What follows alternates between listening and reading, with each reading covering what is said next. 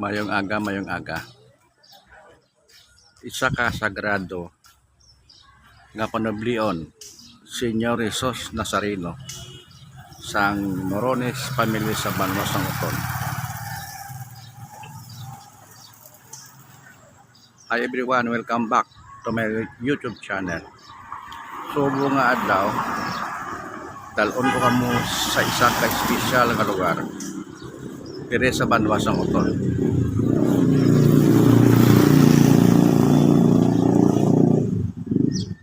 Kung sa diin makita ang isa ka madalom nga simbolo sang pagtuo, ang Senyor Jesus Nazareno sang Morones family. Diri kita sa Rada Street, subong Semrecto na.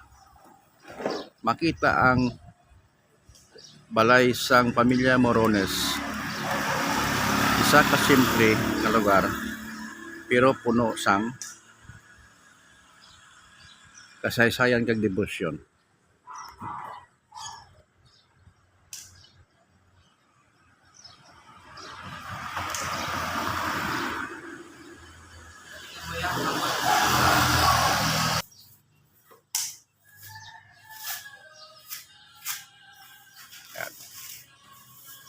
Ito yung pamilya Morones, ito kanilang bahay. Ito yung kanilang compound nila po.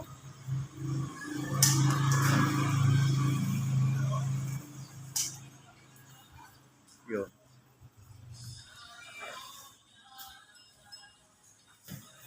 Compound ito ng mga pamilya Morones.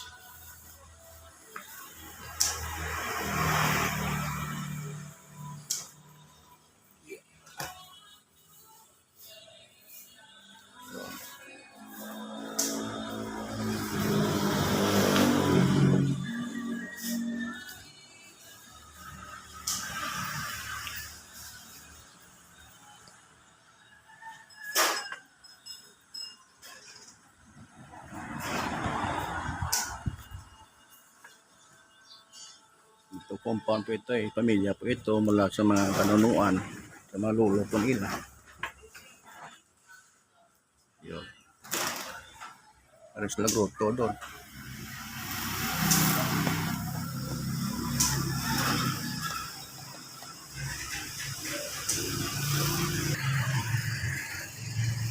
Yun, kanang devotion nila pa sa tawag dito sa Jesus Nazareno, Senyor Jesus Nazareno. Yun. Hanggang sa dulo yun, yung kanilang compound.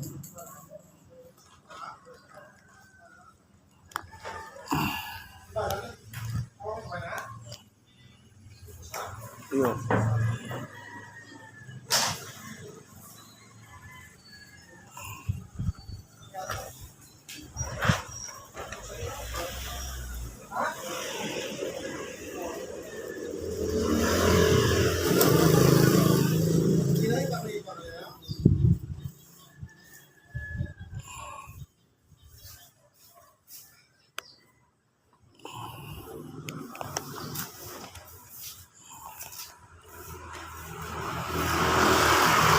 Yun.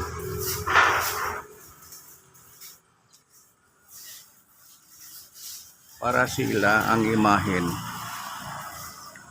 ngayon para sila ini nga imahen, hindi lang dekorasyon. Isa ini kabuhi na simbolo sa tila pagtuo kada adlaw ginahalungan ini isang may respeto kag paghigugma kag paglaom.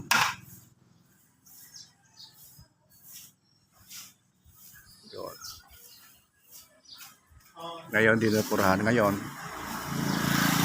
yung kailang mga bulak,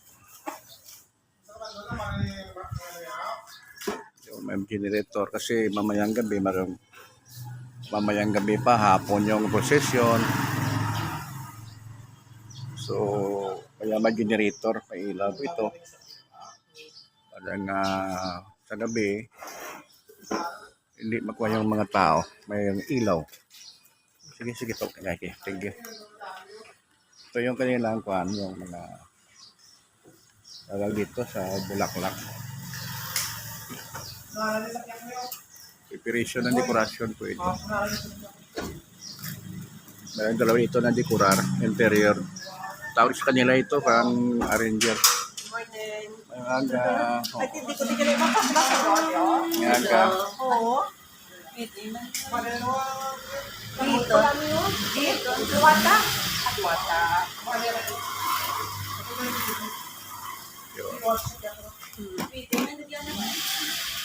Ito, mamo? Sige, mabot ba ang ambulance mo? Okay. Ambulance ba na? Ati, dogon na ng ano?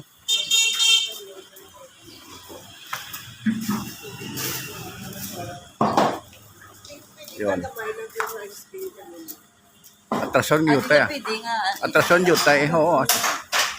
Kaglagan man yung wheelchair ko. Kaya. Ayo. Harap siya. Elang. Elang mama. Kunti dahil may mapasok yung sasakyan. Aba bunggo. Okay. Yun.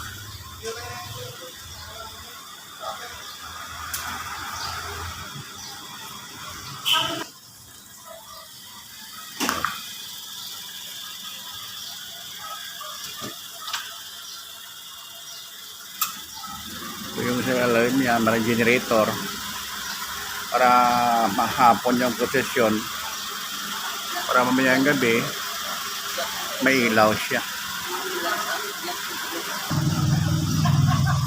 Yun. Ito yung sitwasyon ng araw, hindi pa na dekorasyon lang. Decoration.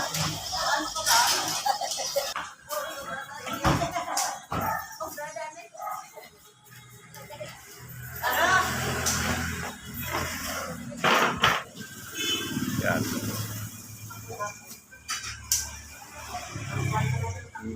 Jesus Nazareno. Yung iyang akuan, iyang Ikaw lang dyan.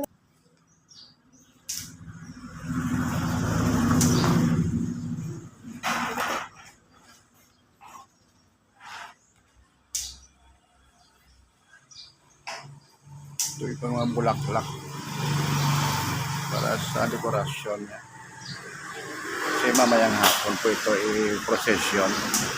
Diyan malapit na ang simbahan namin.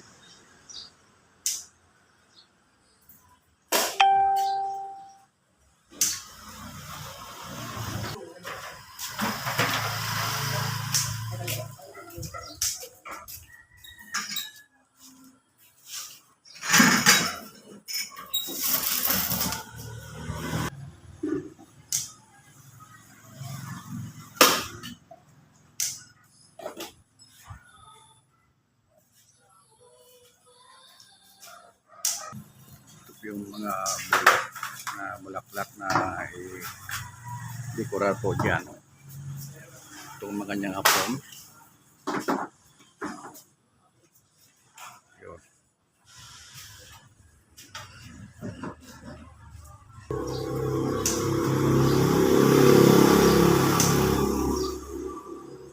O, si kay Biyaya. Pati auto dyan, sino na? Si Diting o. Si Carpio na classmate namon. Carpio. Si Lolita Carpio, munamon pasla. O, sang utod siya sa ano, ni Sinaw. Oo, Texas. Ito kapuli, hindi ka ito patay. Hindi ka mo nampi. Pala dyan, Lordan, ka mo nampi. Sa balay ni Norma. Hindi ka mo nampi da. Dito kami sa Tuwa-Tuwa. Sa barangay yun. Oo. Ay, presno na muna natin, kapitan, nakakanguda. Mga... Yan. Ako.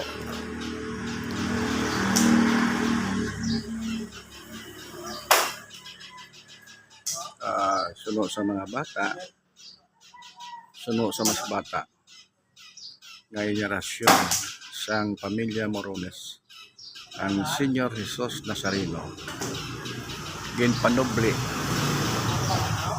sa ilas ang ila mga Kanday Pabian, Leoncio, kag Modisto Morones. Tubtob subong ang debosyon ila ginapadayon bilang isa ka sagrado nga responsibilidad na ang pamilya Morones. So, bulahan kamo nga mga pamilya kaya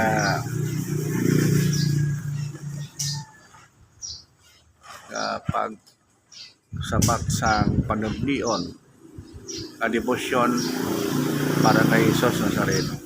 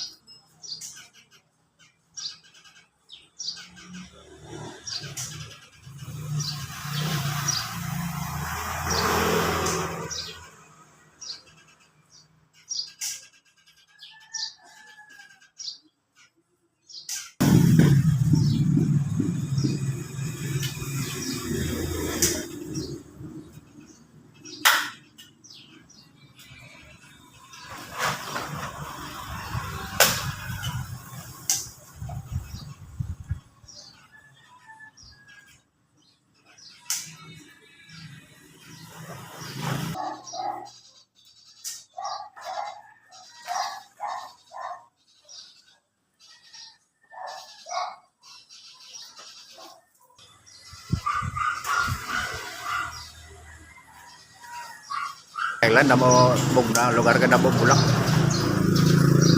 Ito yung bulaklak pala, no? Alay gula.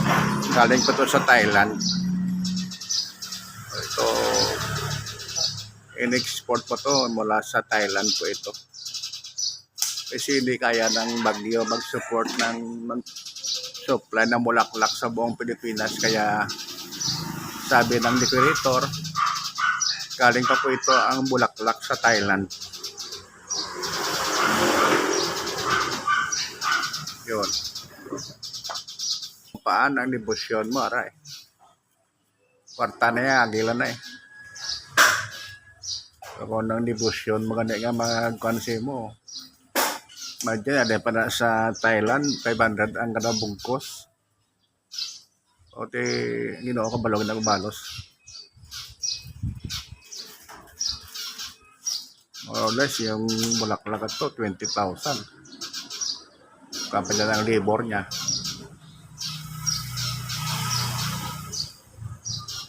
Ganda talaga, pero at least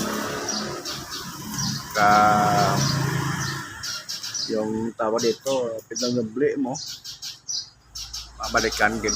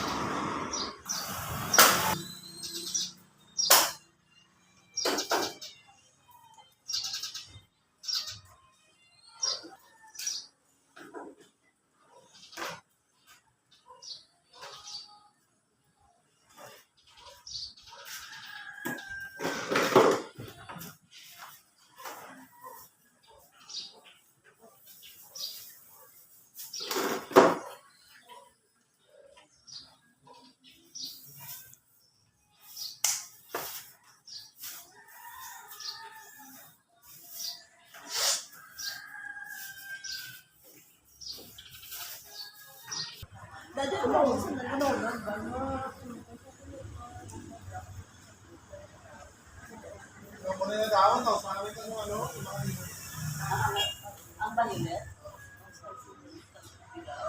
Yun.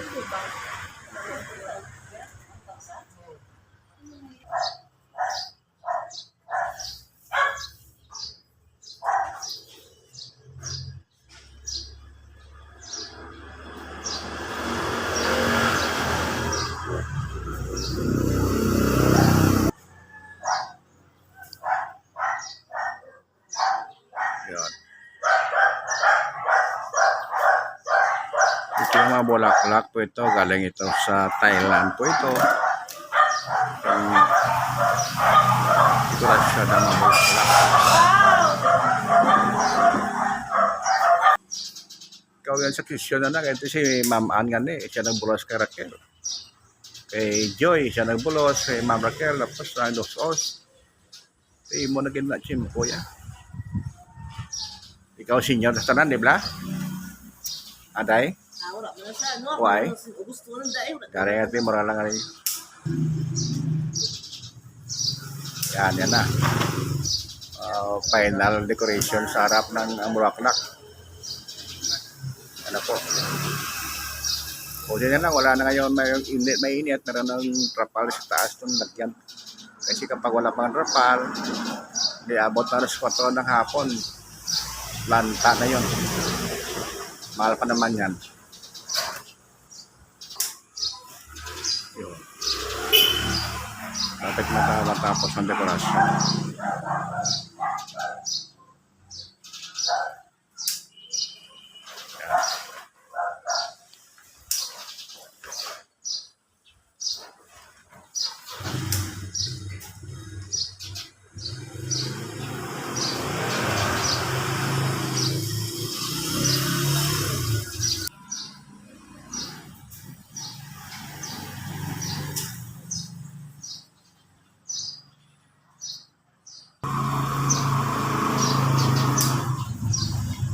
Yun.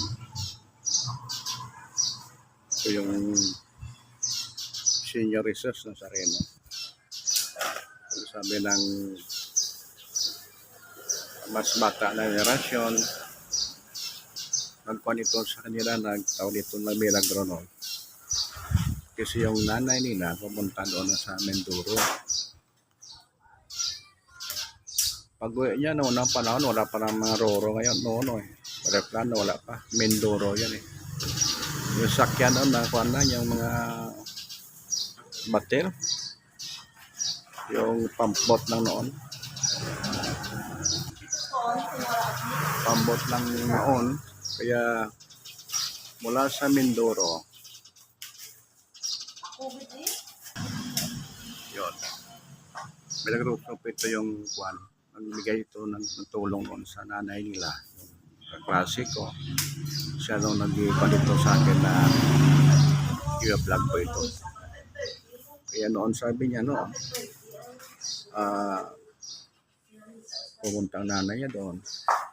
Pag-uwi, sumakay ng kwan, ng pambot. So, kasi noon walang roro eh. Kaya pambot lang. Kaya masamang panahon. Masamang panahon. Yung abang nag-rosaryo siya, kuhan siya, yung kanya lang sinakyan na pagbot na nagkapan. Pero pag kuhan niya, nalipong siya dahil sa balon. Gising niya, may kuhan, lagi dawat sa iya. Nakasalbar siya. Ito yung hanggang ngayon, yung mas bata na generasyon, sila ito nagkuhan.